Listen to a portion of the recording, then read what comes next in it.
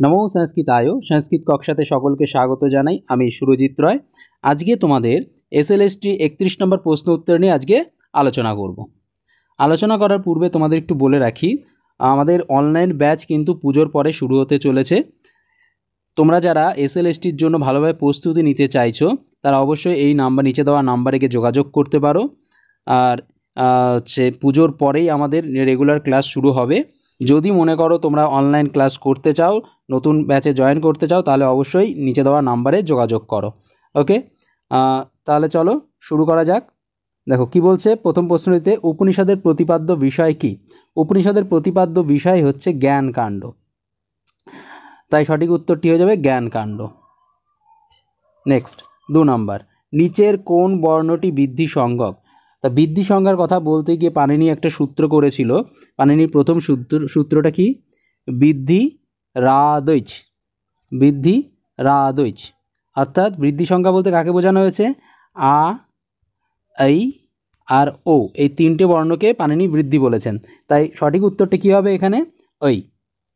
Next 3 নম্বর, 3 নম্বরে বলছে অজ্ঞানং ব্রহ্ম, এই উক্তিটি কোন উপনিষদে রয়েছে? অজ্ঞানং ব্রহ্ম এই উক্তিটি রয়েছে ঐতরেয় উপনিষদে, তাই সঠিক উত্তরটি হয়ে যাবে ঐতরেয়। নেক্সট 4 নম্বর, সত্যমেব জয়তে এই বাক্যটি কোন উপনিষদে রয়েছে? সত্যমেব জয়তে এই বাক্যটি রয়েছে মুণ্ডক উপনিষদ। অথর্ববেদের উপনিষদ হচ্ছে মুণ্ডক উপনিষদ, সেখানে কিন্তু সত্যমেব জয়তে এই মহাবাক্যটি পাওয়া যায়। নেক্সট 5 নম্বর, 5 নম্বরে বলছে ঋষি দুর্বাসাকে শান্ত করতে কে গিয়েছিলেন? অভিজ্ঞান শকুন্তলম থেকে প্রশ্নটি নেওয়া হয়েছে যে ঋষি দুর্বাসাকে শান্ত করার জন্য অনুসূয়া প্রিয়ংবদাকে পাঠিয়েছিল। কারণ কি? কারণ প্রিয়ংবদা খুব সুন্দরভাবে কথা বলতে পারত, গুছিয়ে কথা বলতে পারত, তাই সে অনুসূয়ার মনে হয়েছে যে যদি দুর্বাসার ক্রোধকে শান্ত করতে পারে সে একমাত্র প্রিয়ংবদাই পারে, তাই জন্য অনুসূয়া পাঠিয়েছিল প্রিয়ংবদাকে দুর্বাসা মুনির ক্রোধকে শান্ত করার জন্য। নেক্সট হচ্ছে 6 নম্বর, 6 নম্বরে কি বলছে? এটা কারক করতে বলেছে। গৌপহ গ্রামং অজাং নয়তি, এখানে গ্রামং নিচে দাগ রয়েছে। দেখো এটি একটা কর্মসংজ্ঞা হয়েছে কিসের জন্য? নয়তি, নি ধাতু থাকার জন্য।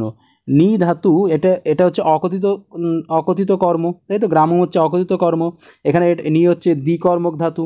দ্বিকর্মক ধাতু থাকার জন্য অকথিতাঞ্চ সূত্রানুসারে হচ্ছে তোমার গ্রামং পদে কর্মসংজ্ঞা হয়ে কর্মণি দ্বিতীয় সূত্রানুসারে দ্বিতীয় বিভক্তি হয়েছে, তাই সঠিক উত্তরটি হয়ে যাবে অকথিতাঞ্চ। নেক্সট হচ্ছে 7 নম্বর, 7 নম্বরে বলছে বাহন বলিং বসুধাং যা যাতে, এখানেও তাই বলেছে, এখানে কারক নির্ণয় করতে বলেছে। ইয়াচাতে, ইয়াজ ধাতুর প্রয়োগ থাকার জন্য এটাও হচ্ছে বলিপদে কর্মসংজ্ঞা হয়েছে কোন সূত্রানুসারে? অকথিতাঞ্চ সূত্রানুসারে, তাই সঠিক উত্তরটি এটাও অকথিতাঞ্চ হয়ে যাবে। নেক্সট হচ্ছে 8 নম্বর, উপদমনীয় বর্ণের উচ্চারণ স্থান কি? দেখো উপদমনীয় বর্ণের উচ্চারণ স্থান কি? এই একটা সূত্র করা হয়েছে যে কি উপপদ্মনীয়ানাম অষ্টৌ। সূত্রটা কি ছিল?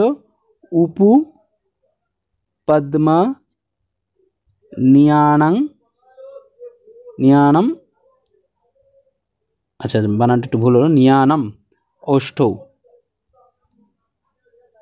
যাই হোক, তাহলে তাহলে অষ্টটা কি হচ্ছে? হস্যু, দীর্ঘু, তারপর পবর্গ, এমনকি উপদমনীয়, এই সমস্তই হচ্ছে উচ্চারণ স্থান কি? অষ্ট, তাই সঠিক উত্তরটি হয়ে যাবে অষ্ট।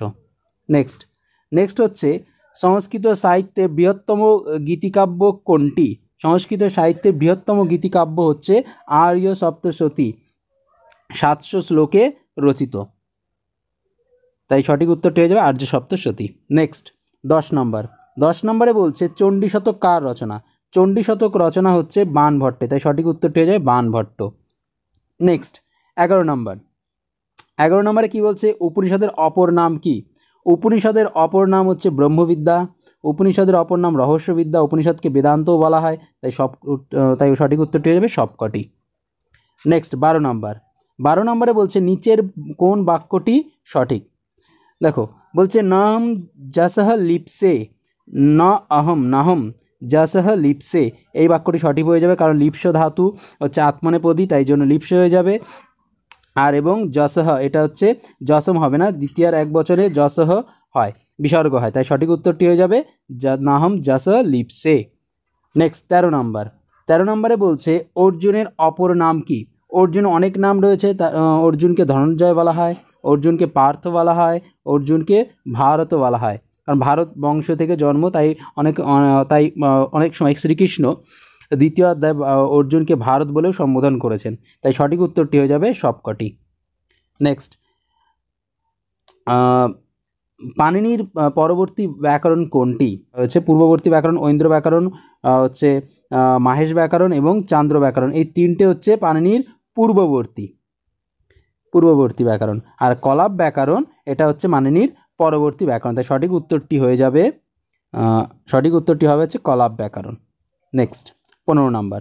15 নম্বরে বলছে, এখানেও কারক করতে বলেছে, বিক্ষাত পুষ্পং পততি। এখানে কোন বিভক্তিটা হয়েছে?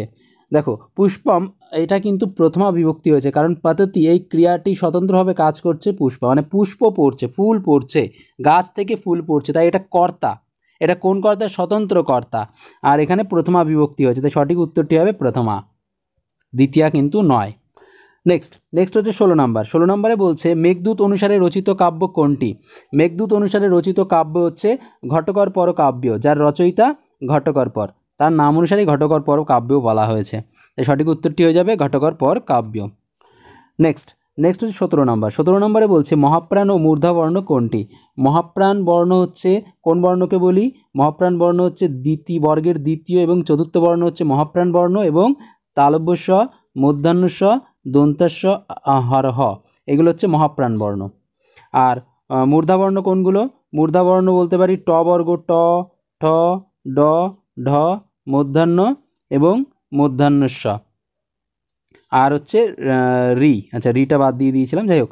এবার কথা হচ্ছে, তাহলে আমরা কী ধরতে পারি? দ্বিতীয় চতুর্থ বর্ণ, তার মানে ঠটাও হচ্ছে তোমার মূর্ধা এবং মহাপ্রাণ বর্ণ, এবং ঢটাও মূর্ধা এবং মহাপ্রাণ বর্ণ, আর হচ্ছে মহাপ্রাণ বর্ণ মূর্ধন্যস্ব।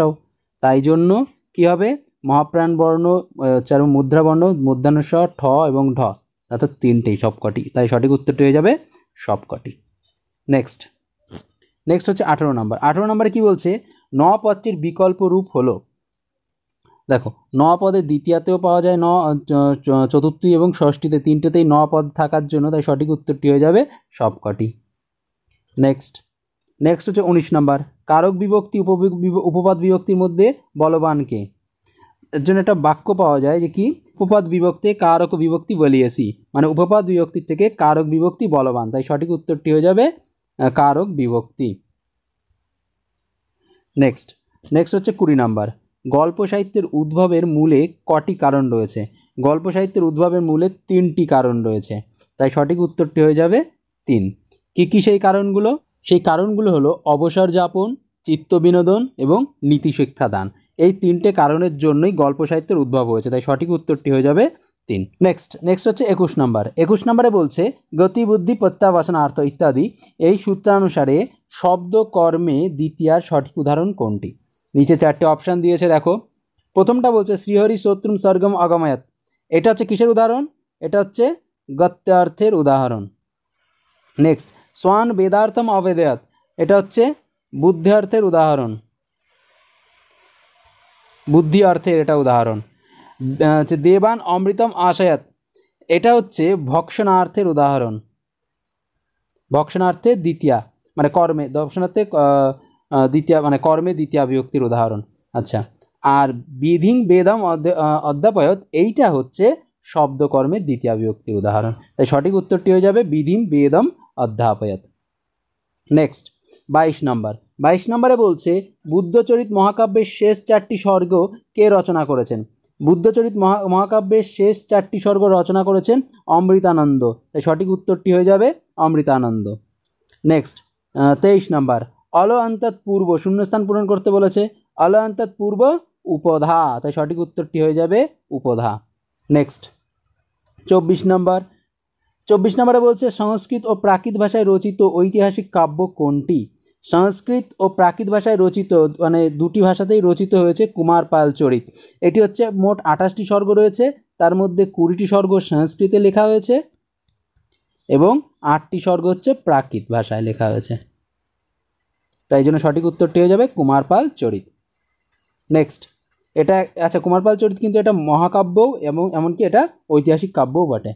নেক্সট হচ্ছে 25 নম্বর, কথাশহীদ সাগর কী ভাষায় রচিত হয়েছে? কথাশহীদ সাগর সংস্কৃত ভাষায় রচিত হয়েছে, তাই সঠিক উত্তরটি হবে সংস্কৃত। এরপরে আসছে হচ্ছে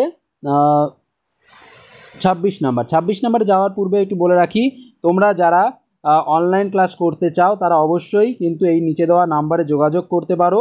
আমাদের অনলাইন ক্লাস হচ্ছে পুজোর পর থেকেই শুরু হচ্ছে, ঠিক আছে? তোমরা যদি মনে করো এসএলএসটির জন্য খুব ভালোভাবে প্রিপারেশান নিতে চাইছো, তাহলে এই নিচে দেওয়া এই নাম্বারে যোগাযোগ করে সম্পূর্ণ বিস্তারিত জানতে পারো। তাহলে 26 নম্বরে দেখো কি বলছে, ষট প্লাস সন্তহ, সন্ধি করলে কী পাবো? সন্ধি করলে দুটো রূপই পাবো, ষট সন্তহ এবং ষট সন্তহ, তাই সঠিক উত্তরটি হয়ে যাবে উভয়ই। নেক্সট হচ্ছে 27 নাম্বার। 27 নম্বরে বলছে নিচের কোন বাক্যটি সঠিক? দেখো নিচের কোন বাক্যটি সঠিক বলছে, অদ্যেব প্রাতে। দেখো প্রাতে হচ্ছে প্রাত, এটা হচ্ছে অব্যয়, তাই জন্য এই দুটো তো হচ্ছে না, কারণ এটা অব্যয়। আবার দেখো হচ্ছে অদ্য, এটাও অব্যয়, অদ্যা নিশ্চয়ই হবে না, এই জন্য অদ্যটাই ঠিক, তাই হবে হচ্ছে সঠিক উত্তরটা কী হয়ে যাবে, অদ্য এব প্রাত অহম আগমম। নেক্সট হচ্ছে 28 নম্বর, গুণবত্তে কন্যকা প্রতিপাদনীয়, এই ইচ্ছাটি কার? এই ইচ্ছাটি হলো হচ্ছে মহর্ষি কর্ণের, আর কর্ণের অপর নাম কি? কাশ্যপ, তাই সঠিক উত্তরটি হয়ে যাবে কাশ্যপে। নেক্সট হচ্ছে 29 নম্বর। 29 নম্বরে বলছে দ্রৌপদী ড্যাশ আসিত। দ্রৌপদী হচ্ছে ক্ষত্রিয় বংশ ছিল, তাই ক্ষত্রিয়া বলতে পারি, ক্ষত্রিয়ী বলতে পারি এবং ক্ষত্রিয় কন্যাও বলতে পারি, তাই সঠিক উত্তরটি হয়ে যাবে সবকটি। নেক্সট আর আজকের আমাদের শেষ প্রশ্নে কি বলছে, জলধারা অর্থে প্রযুক্ত শব্দ কোনটি? তাহলে জলধারা অর্থে প্রযুক্ত শব্দকে বলা হয় হচ্ছে, প্রযুক্ত শব্দ কোনটি? সেটা হচ্ছে অনুপাহা, তাই সঠিক উত্তর হয়ে যাবে অনুপাহা। তোমরা কটি প্রশ্নের সঠিক উত্তর দিতে পেরেছো তা অবশ্যই কমেন্ট করে জানাও, আর এরপরে তোমরা কী ধরনের ভিডিও চাইছো সেটাও তোমরা কমেন্ট করে জানাতে পারো। আর তোমরা যদি মনে করো যে অনলাইন ক্লাস করবে, তাহলে অতি সত্বর আমাদের এই নাম্বারে যোগাযোগ করতে পারো। আমরা কিন্তু খুব তাড়াতাড়ি অনলাইন ক্লাস শুরু করতে চলেছি। আজ এই পর্যন্তই। নমো নমঃ।